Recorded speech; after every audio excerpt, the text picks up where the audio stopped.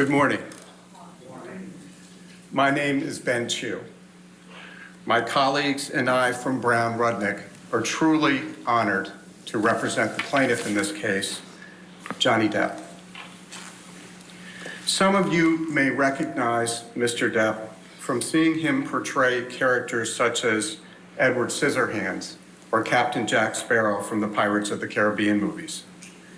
For nearly 30 years, Mr. Depp built a reputation as one of the most talented actors in Hollywood, a respected artist whose name was associated with success at the box office. Today, his name is associated with a lie, a false statement uttered by his former wife, the defendant Amber Heard, that falsely cast Mr. Depp, falsely and unfairly cast Mr. Depp as a villain, a man who would violently abuse a woman. This is a defamation case. It's a case about how devastating words can be when they are false and uttered publicly. Under the law, a person who makes a false statement about someone else can be held responsible for the harm that results from that falsehood. That's because words matter. They paint a picture in our mind based on what we have experienced and what we know, or what we think we know.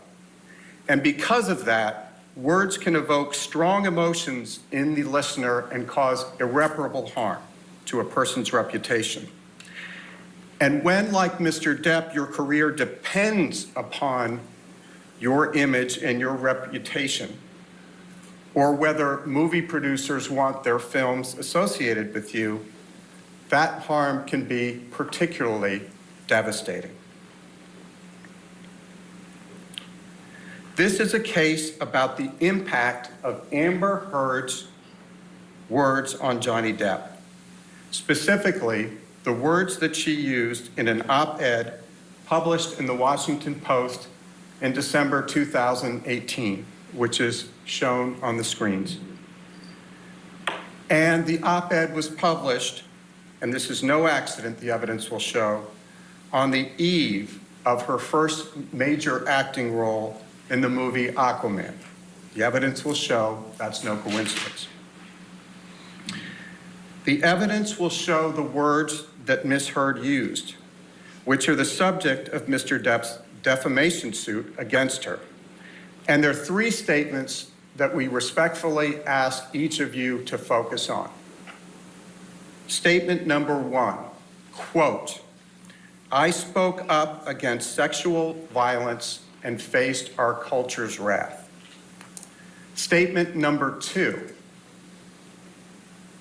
2 years ago, I became a public figure representing domestic abuse.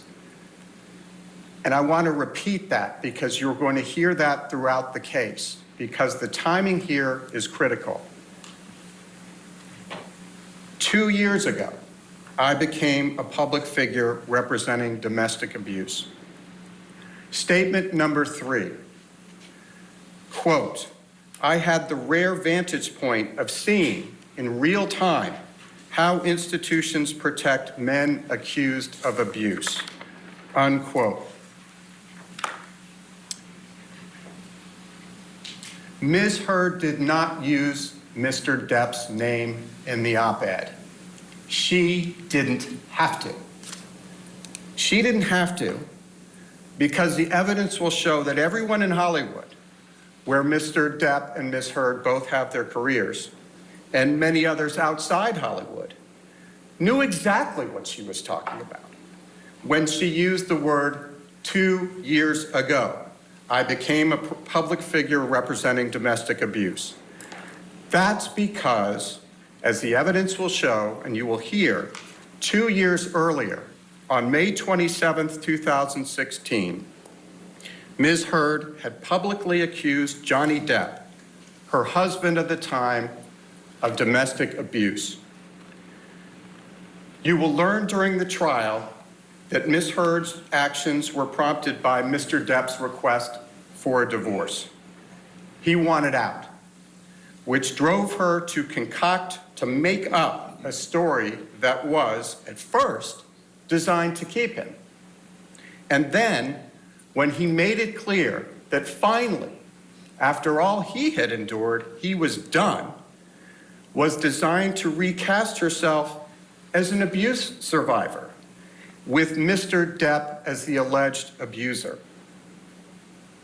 The evidence will show that 6 days after Mr. Depp requested a divorce, and he did so politely, and 3 days after Ms. Heard's lawyer threatened Mr. Depp with claims of abuse if he did not agree to her financial demands, Ms. Heard arrived at the courthouse in Los Angeles, California, to file for a restraining order alleging abuse. Ms. Heard, the evidence will show that Ms. Heard showed up with a mark on her face that mysteriously appeared 6 days after she last saw Mr. Depp. And 6 days before, she publicly filed a request for a domestic violence restraining order alleging abuse. The evidence will show that her publicist and the paparazzi were there at the courthouse to document the event, to make sure that Johnny Depp's name was forever associated with the image of an innocent, battered woman. It was a jolt. It was a shocking story, splashed across front pages across the country. No one had ever, in 5 decades, accused Johnny Depp of being violent with a woman. No one had ever accused Mr. Depp of being violent with a woman. He had been in other long-term relationships. He had children. Objection, Your Honor. Excuse me. May we approach?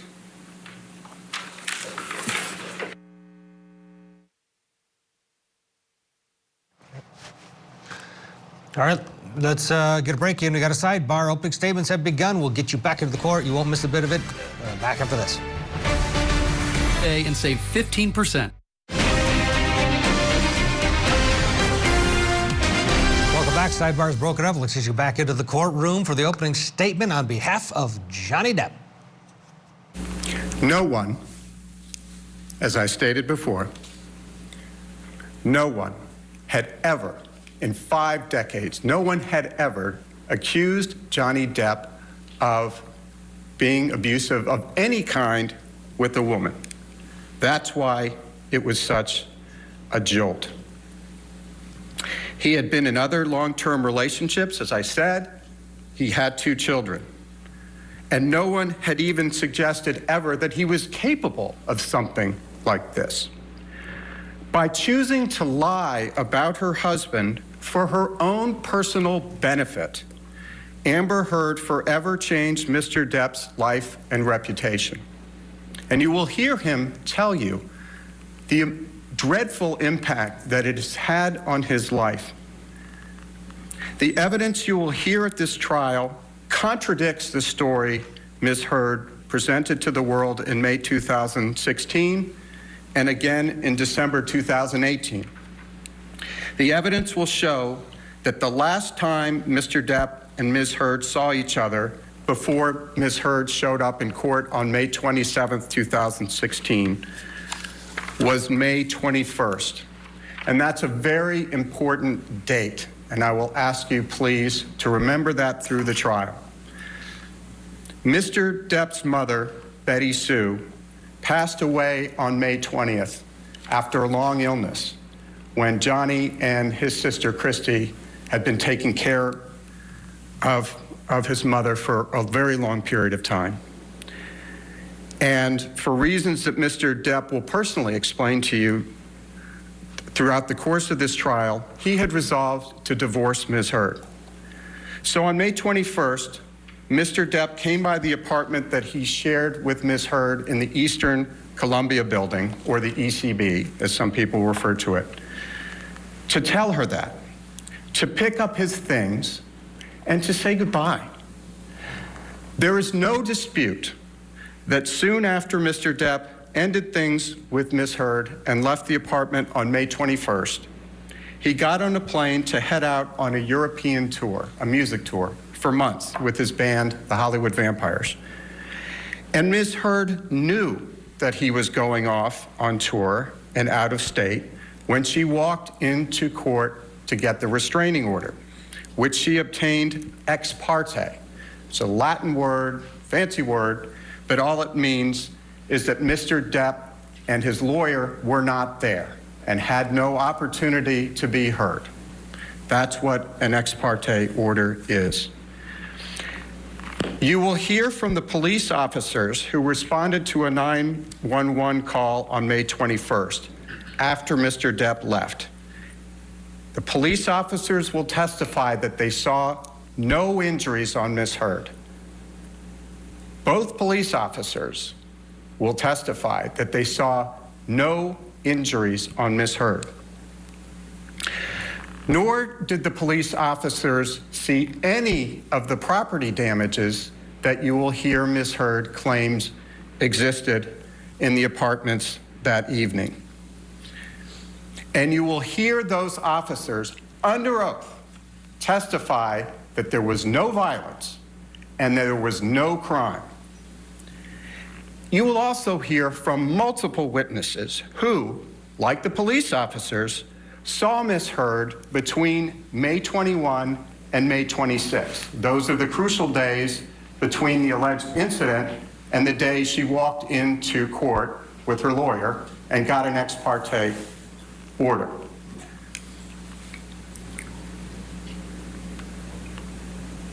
And those witnesses will testify that they saw her without any marks, any signs of injury on her face. And you will hear from multiple witnesses, including Brandon Patterson, who is the manager of the Eastern Columbia building where Mr. Depp and Ms. Heard lived together. You will hear Mr. Patterson say that he saw, and others will say as well, that they saw a surveillance video from the week of May 21st that showed Ms. Heard's sister, Whitney, throw a fake punch at Ms. Heard's face. Now let's just stop there. This is a surveillance video you will hear about where the sister of the alleged victim threw a fake punch at her sister, which allegedly occurred, this incident, only a couple of days earlier. Ms. Heard acting out being punched, responding to the fake punch, and the two laughing about it. So you have the alleged victim and the sister laughing about a fake punch.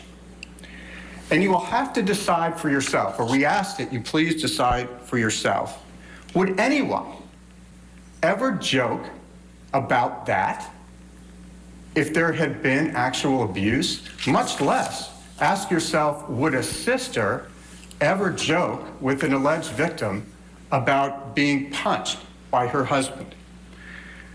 Of course, none of this contradicting evidence was publicly available when Ms. Heard walked into court on May 27th and got her restraining order. Instead, as you can imagine, the media storm was instantaneous. You will hear about and see some of that media coverage, which published pictures of Ms. Heard walking into court and other pictures supposedly showing injuries supposedly caused by Mr. Depp, a man who had never been accused of abuse of a woman. The evidence will show that Mr. Depp and Ms. Heard eventually settled their divorce out of court. Thereafter, Ms. Heard dismissed her restraining order against Mr. Depp. But Ms. Heard's false claim that Mr. Depp had abused her remained in the public sphere. It didn't go away. The images were permanent.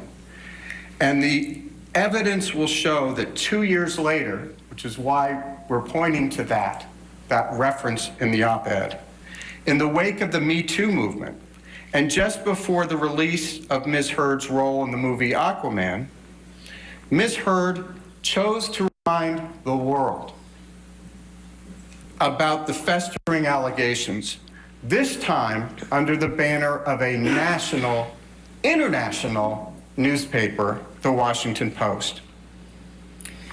In the op-ed, in her op-ed, Ms. Heard again painted herself as the innocent victim of abuse, but this time with a wider audience primed to take action against industry powerhouses accused of abuse.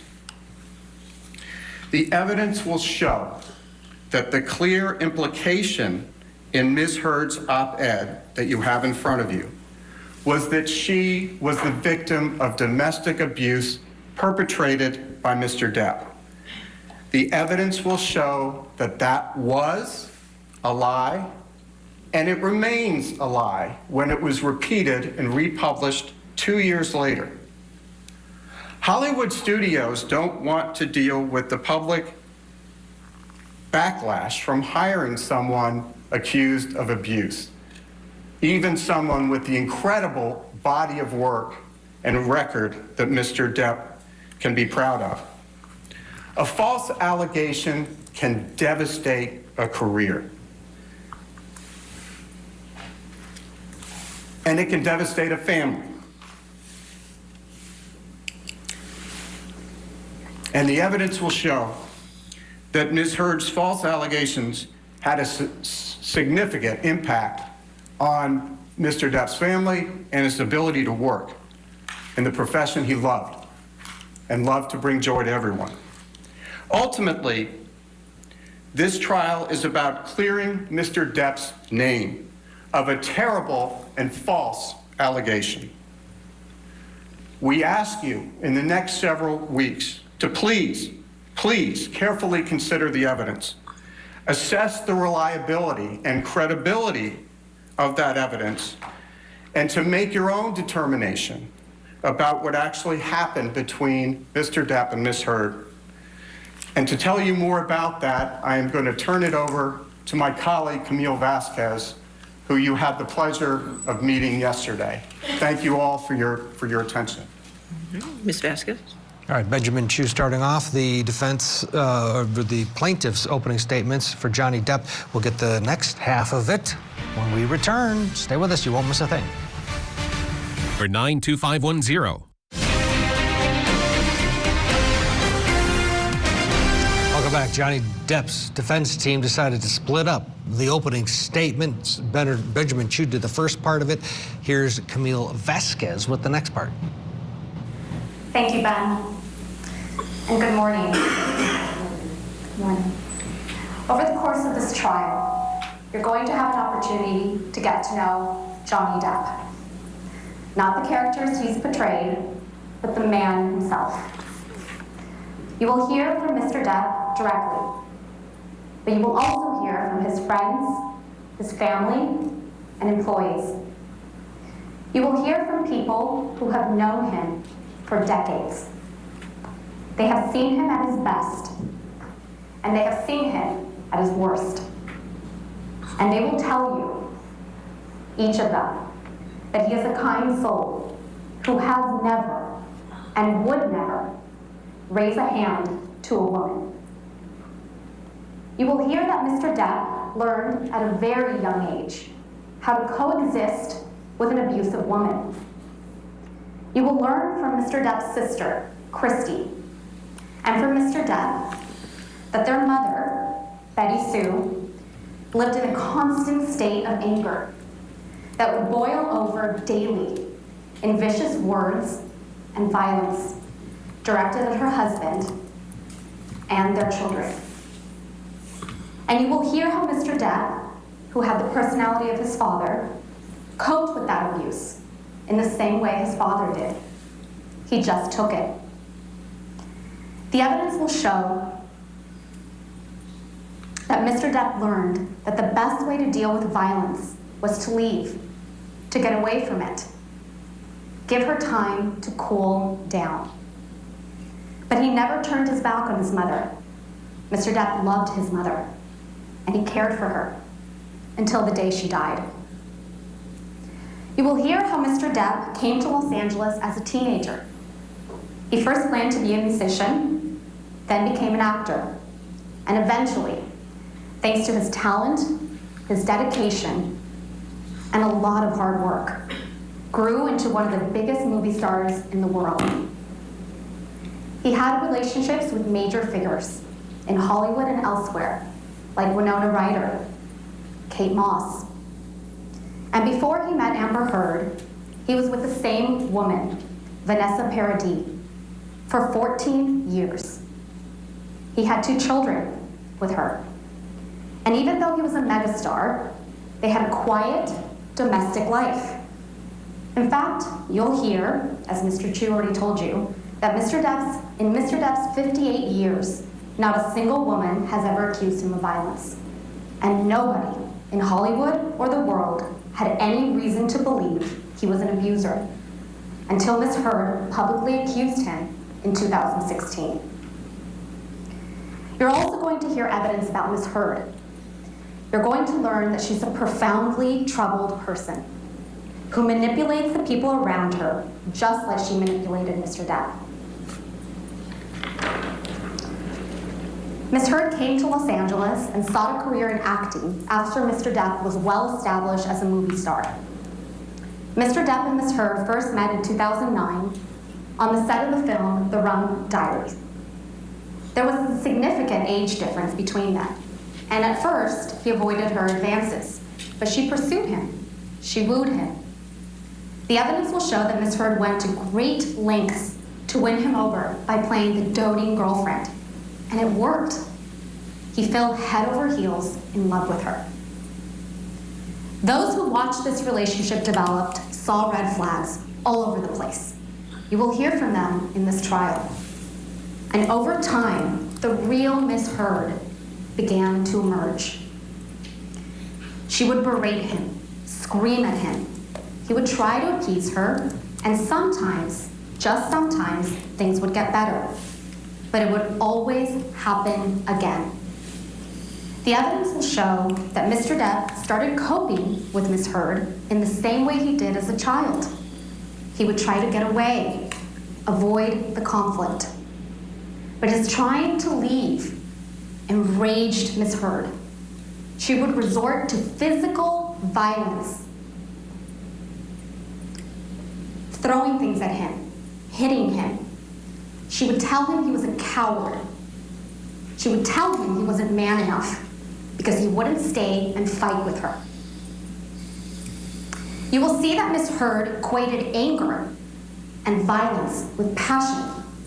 She would apologize with poetic excuses, as if the violence just proved how fierce and overwhelming her love for him was.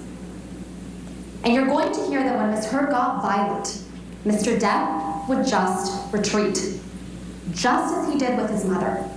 He would try to leave, to get away from her. In her words, Ms. Heard's words, he would split. Mr. Depp would often retreat into bathrooms, lock the doors, wait out Ms. Heard's aggression. But his leaving just provoked her more. You will hear from Mr. Depp's security people, like Sean Bett, about how they often had to remove Mr. Depp from scenes with Ms. Heard, screaming at him, chasing him, trying to keep him from leaving. You're going to hear evidence that when Mr. Depp and Ms. Heard traveled together, his team routinely had to book an extra room for him so that he had somewhere to go when Ms. Heard became enraged. You'll hear from other witnesses, including Mr. Depp and Ms. Heard's marriage counselor. Her name is Dr. Laurel Anderson, who perceived Ms. Heard as the aggressor in the relationship.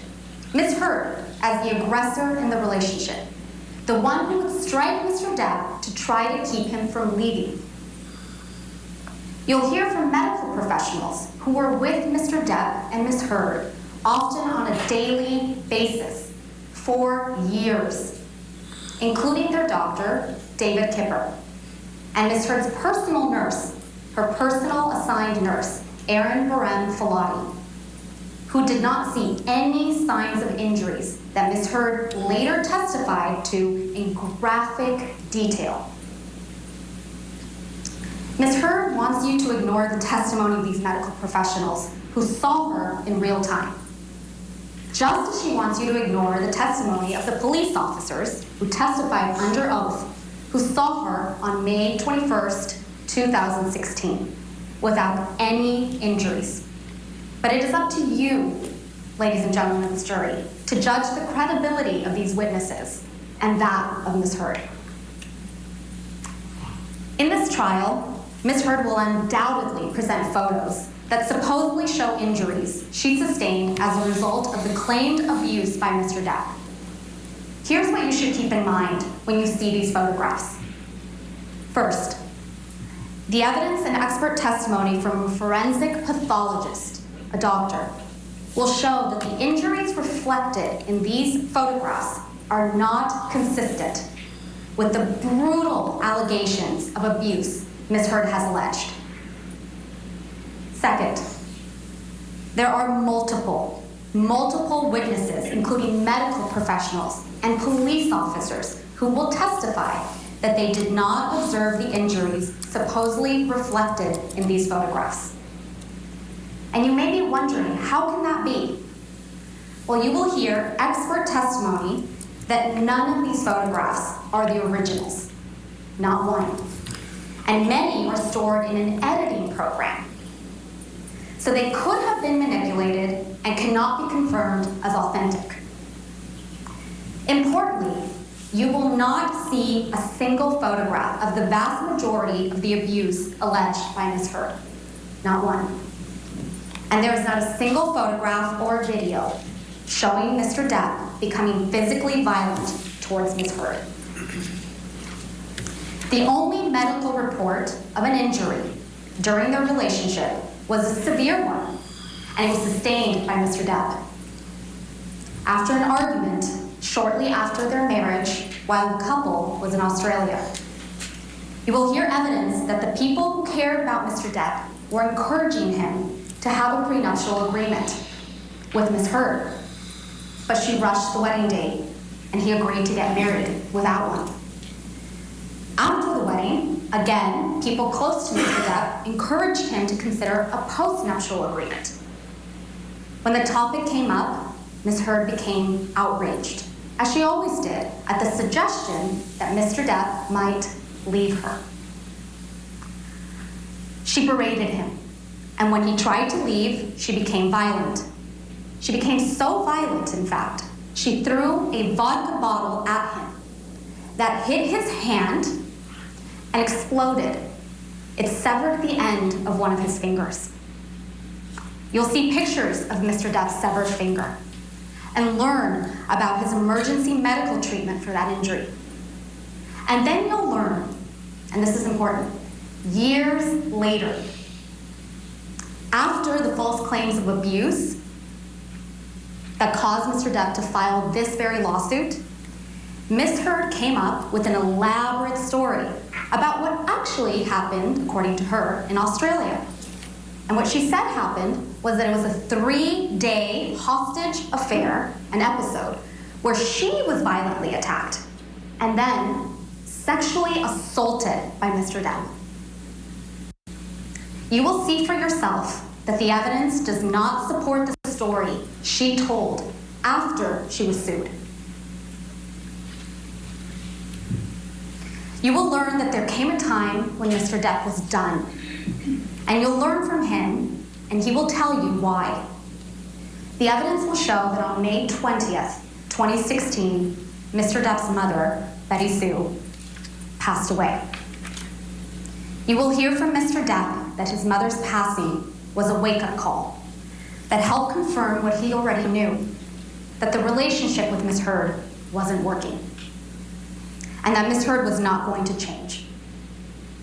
If you've ever lost a parent, you understand how much this experience can change your perspective on what is important for your own well-being.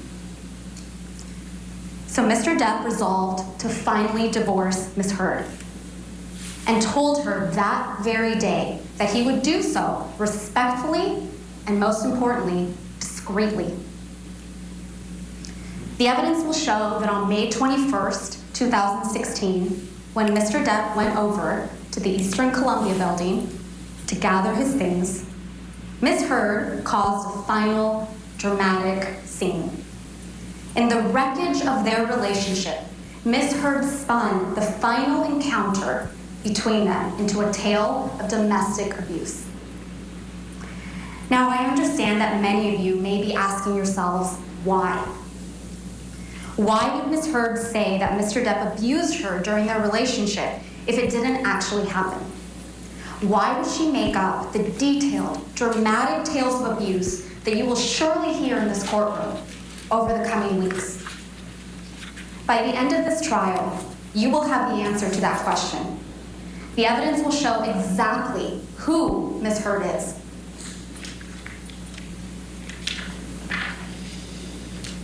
You will hear from Mr. Depp and other witnesses, including their marriage counselor, Dr. Laurel Anderson, that Ms. Heard would go to great lengths and even resort to physical violence to stop Mr. Depp from leaving her. But once Mr. Depp did leave, Ms. Heard tried to avoid public humiliation and present herself as a noble survivor and representative of the Me Too movement. You will hear evidence, including the testimony of Ms. Heard's former personal assistant, Kate James, that Ms. Heard is obsessed with her public image. It's her #1 priority. And you will see evidence that after she received a $7 million divorce settlement from Mr. Depp, Ms. Heard released a public statement claiming she wanted nothing from him and would donate the entire settlement to 2 charities: the Children's Hospital of Los Angeles in California and the American Civil Liberties Union, also known as the ACLU. But then she did not make the donations.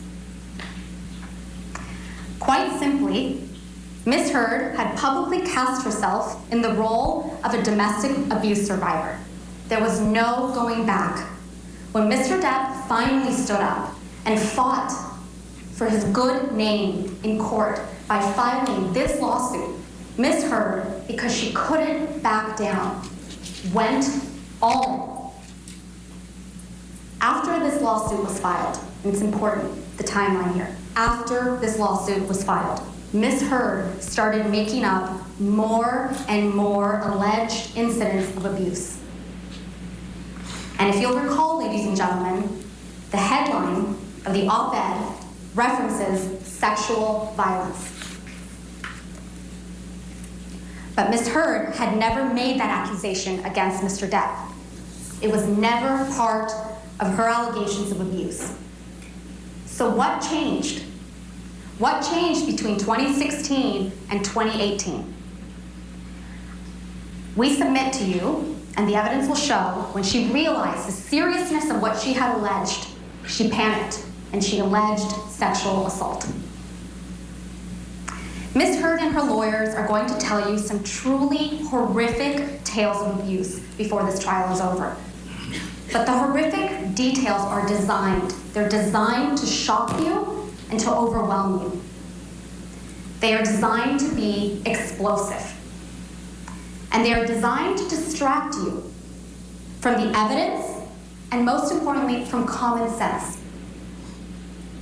That tells you, the common sense and the evidence will tell you that it is all a lie. That none of this, not one single alleged incident of abuse, could have happened as Ms. Heard claims. Ms. Heard's pattern is consistent. She tells a lie, then covers up that lie with still more lies in a constantly changing, evolving, ever more dramatic story. You're going to hear a lot about Mr. Depp during this trial. Ms. Heard is going to tell you a lot of things about him. That he abused drugs and alcohol. That he used bad and offensive language. And it's true that Mr. Depp has had real struggles with substance abuse in his life. He's not denying that. You may know people close to you who have struggled too. But struggling with drugs and alcohol doesn't make you an abuser. He has also used some very colorful language. He uses words that I don't use, and you probably don't use. And he uses them frequently. Mr. Depp, like all of us, is not perfect, but he did not abuse Ms. Heard. All of this is just meant to distract you from what this case is about. This case is about what Ms. Heard said in her op-ed. The evidence will show that Ms. Heard painted a picture of herself as a heroic, innocent survivor of abuse by Mr. Depp, a beaten woman who finally stood up to her tormentor. The evidence will show that Ms. Heard used her allegations against Mr. Depp to raise her own profile and to advance her own career. The very same day that the op-ed was published, under the title, quote, "I spoke up against sexual violence," end quote, she posted that article that's now displayed on your screens and the title on her Twitter page, right along with an announcement that she was becoming an ACLU ambassador on women's rights to make sure that, quote, "women and girls can live free from violence," end quote. She presented herself as the face of the Me Too movement, the virtuous representative of innocent women across the country and the world who have truly suffered abuse. The evidence will show that was a lie. And the evidence will show that Ms. Heard betrayed Mr. Depp as the representative of abusers everywhere, the agent of her suffering, the villain in her heroic journey. That was a lie too. And more than just a lie, it was an act of cruelty. Mr. Depp will go to his grave knowing that whatever he does, there are people out there in this world who will always believe that he abused a woman. This is a case about what Ms. Heard said. It's also a case about what a man named Adam Waldman said. Adam Waldman is a lawyer who has worked for Mr. Depp. After Mr. Depp filed this case against her, Ms. Heard filed her own claim against Mr. Depp, which is also the subject of this trial. In her claim, Ms. Heard says that Mr. Depp defamed her because Adam Waldman, his attorney, made some statements to reporters denying the truth of her claims of abuse. Adam Waldman is not in this courtroom. Ms. Heard chose not to name him in her claim. And I won't take up too much of your time with a discussion of her claim against Mr. Depp, except to say a few things. The evidence will show that those statements weren't even made by Mr. Depp. They were made by Adam Waldman. And Mr. Waldman, the evidence will show, is not under Mr. Depp's control. The statements were merely Mr. Waldman's opinions, made in justified defense of his client and friend, Mr. Depp. Mr. Waldman believed those statements. And finally, at the end of the day, Mr. Waldman's statements merely reflected the reality that we intend to prove in this trial. That Ms. Heard's portrayal of herself as a victim of domestic violence at the hands of Mr. Depp is a lie. Ms. Heard, as you know, is an actress. When she accused Mr. Depp of abuse and painted herself before the world as the representative of abuse victims everywhere, Ms. Heard took on the role of a lifetime. She can't back down. She has been living and breathing this lie for years now. And she has been preparing to give the performance of her life in this trial. But this trial is about the evidence. It's about a man's reputation. And it's about his whole life. his ability to walk down the street, look people in the eye, without having them think he's an abuser. It's about the truth. And the truth will come out in this trial. At the end of this trial, we will ask you to render a verdict for Mr. Depp. We will ask you to tell the world that he is not the abuser she described, and that she is not the victim she portrayed. And we will ask you to tell Ms. Heard that what she did was wrong. Thank you very much. Thank you, Ms. Vasquez. All right. Ladies and gentlemen, it's a little early, but maybe we should go ahead and take our morning break, just since it's a natural point to have a break before we have the second opening statement, okay? So why don't we go ahead and